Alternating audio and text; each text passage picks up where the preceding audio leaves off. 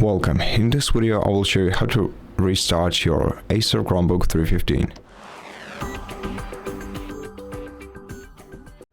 To restart your PC, you can open the control center, open the power options and select restart.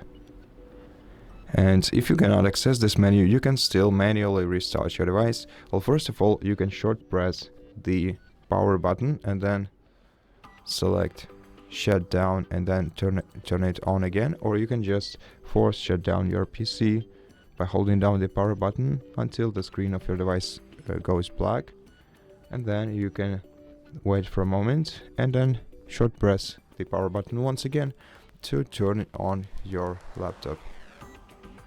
And that's it. Thank you for watching this video. If you liked it, consider subscribing to our channel, leave us a like in the comment below, and I'll see you in the next one.